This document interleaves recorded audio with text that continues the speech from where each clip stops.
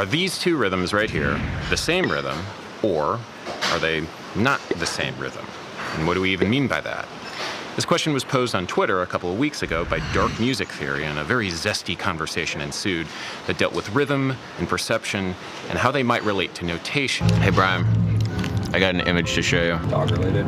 No, it's unfortunately music related. Are these the same rhythm? So this thread came out while I was on tour in India with my band Sungazer, alongside Shubh Saran and his band.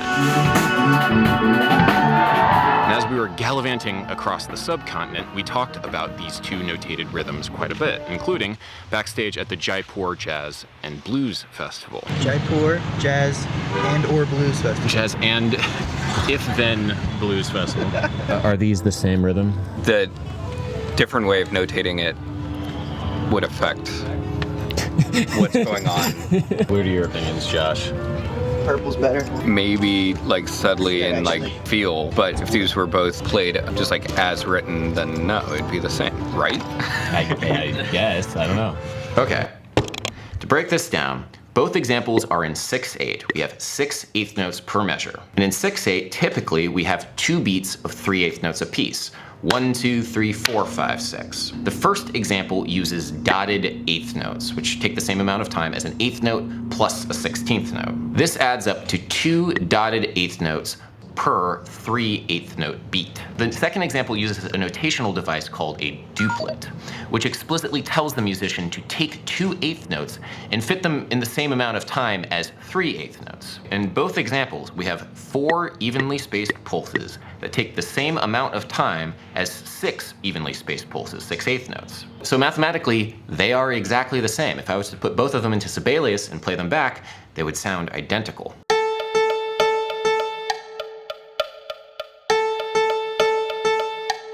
So, why the controversy? Why aren't they the same?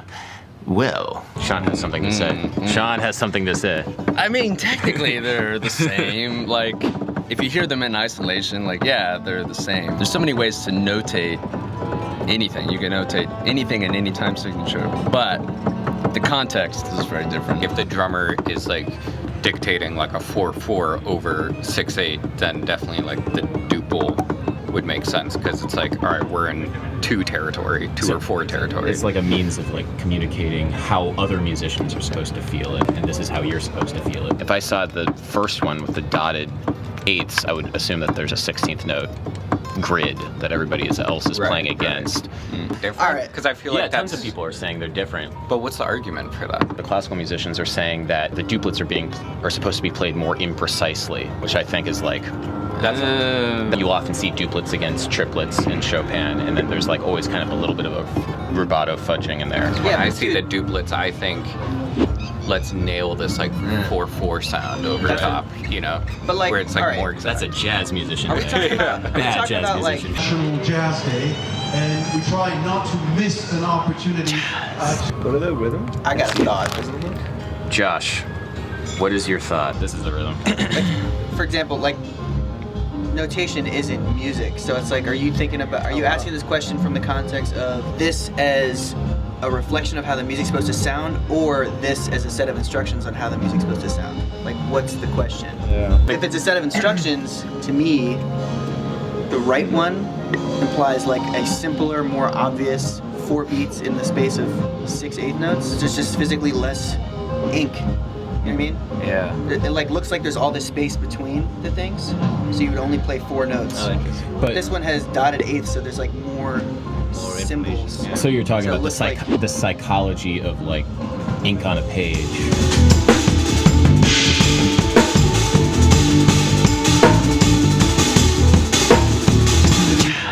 When your it brain comes isn't down thinking- to just finale or Sibelius playback, they sound exactly the same. To me, it feels like the first one, the 6/8 is what supersedes the rhythm. Like the meter supersedes the rhythm. The second one, the rhythm supersedes the meter. So like the second one, you're really trying to imply the duple.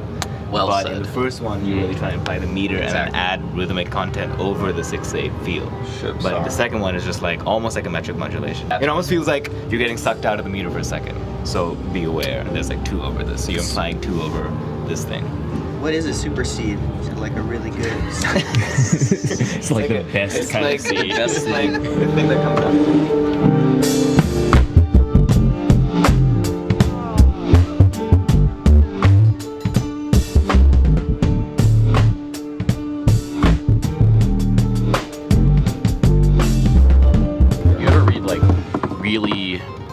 Really detailed rhythms on transcriptions for solos, like for sax solos It's or got like whatever. an intimidation factor. Yeah, the musician clearly was either feeling, okay, here are the pulses, and then this is where I'm hitting on the pulses, and then there's notes between them. And the transcriber's like, all right, this was clearly a 19 tuplet that the saxophone player played. Dude, like some of those, if you needed to learn, I don't know, some fucking Sarah Bareilles tune really quick, and you try and find a chart on Google, there's like a bunch of people that make these pop lychee charts, and they transcribe the vocal melody as close as they can, and it looks like the most complex thing. Yeah. But really, it's just like, na, na, na, we are brave.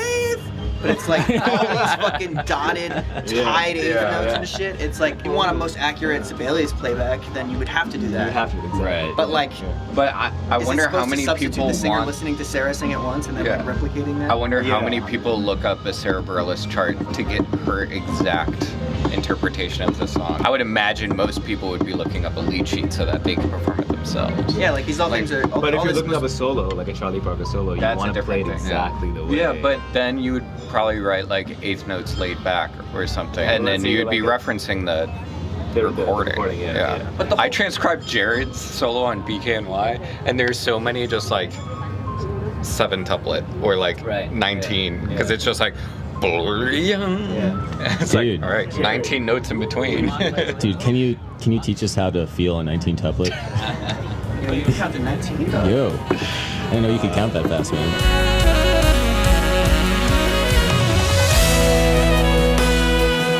If you're fighting the argument that music notation is supposed to be the most accurate, so that way it's like the most efficient rehearsal or it's sight readable, then like the whole point is that whatever it is, it should shorten the conversation about the music as much as possible. Yeah. It's interesting to think about, like you're just saying, the difference between 2 dotted eighth notes and an eighth note and laid back triplets, because the end result might actually be really close to the same thing, but that the idea of thinking about it as laid back triplets, that gets inside the head of the musician. So all of this is just a psychology experiment. Like all of the notational conventions that we have are trying to set up rhythmic scenarios in musicians' brains. It's theoretical. There's no practical difference, I would say, like in terms of hearing it. But I think there's a difference in how you approach reading it. Like the psychology of the player will change. If you were to literally just play these 2 rhythms right now, It would be the exact same. it would say. But as far as like the context and the interpretation, I think it's very different. Yeah.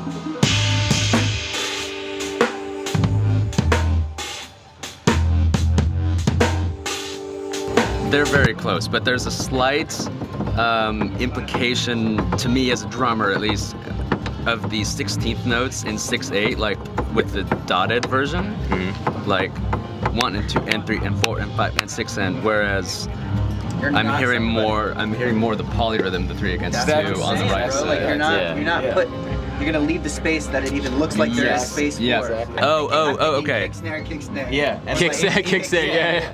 And so in that micro adjustment, I would never assign That's interesting. So because you change your orchestration. you change your orchestration on the second one as a drummer. Wait, kick snare? Because I would think kick, snare. Snare? Oh yeah.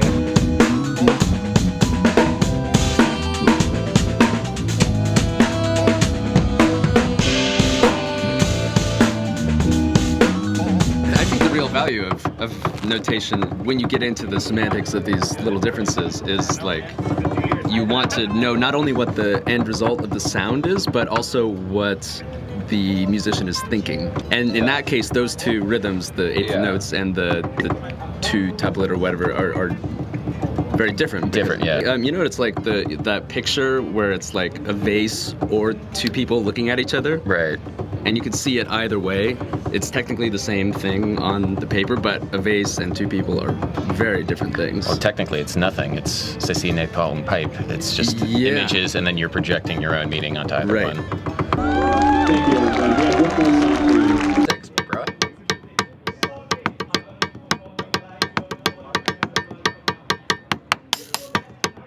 right? Yeah. Which one was first? Which one was second? Oh yeah. You tell me. Fourth bar. Those were the duples. I don't know.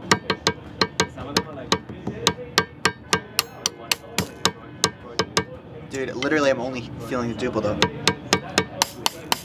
So it's a tempo thing too. That's kinda Yeah. cool. Or maybe the dotted. It wouldn't just be strictly 4. Like left hand would still be in 6. Yeah. That's what I'm talking about, dude. That's exactly what you're talking about. But it's funny, if we were like going into the metric modulation, I would probably start with like 2, 3, 4, you know what So I mean? you'd have the 16th. I would like morph it. If it was like a scale, I would think like, okay, you're in 6, dude, and now 4, and then you stay 4. Yeah. I think I would do that. But if it's just that little insert, then maybe don't ever think too far into the tuplet world, because then you pull back too much, or I don't know. The position, but the position's pretty great.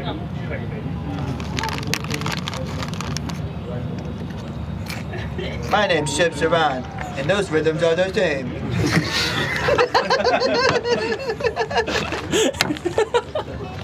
You gotta move the chip packet. Bam, bam, bam. That's right.